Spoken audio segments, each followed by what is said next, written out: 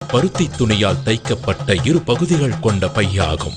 பக்தன் பக்தியுடன் சுமந்து செல்லும் இருமுடியின் முன்புற பையில் மஞ்சள், குங்குமம், நெற்பொறி, அவல், மாளிகை புறத்து அம்மனுக்கு தீபமிட திரிநூல், எண்ணெய், அடுத்தது முக்கியமான காணிக்கையான நெய் தேங்காய், அதாவது ஐயப்பனுக்கு மிகவும் விருப்பமான நெய்வேதிய பொருளான முக்கண் தேங்காயில் ஒரு கண்ணில் துளையிட்டு அதனுள் இருக்கும் நீரை அகற்றி பின் சுத்தமான நெய்யை நிரப்பி அடைத்து எடுத்துச் செல்வதுதான் நெய் தேங்காய்.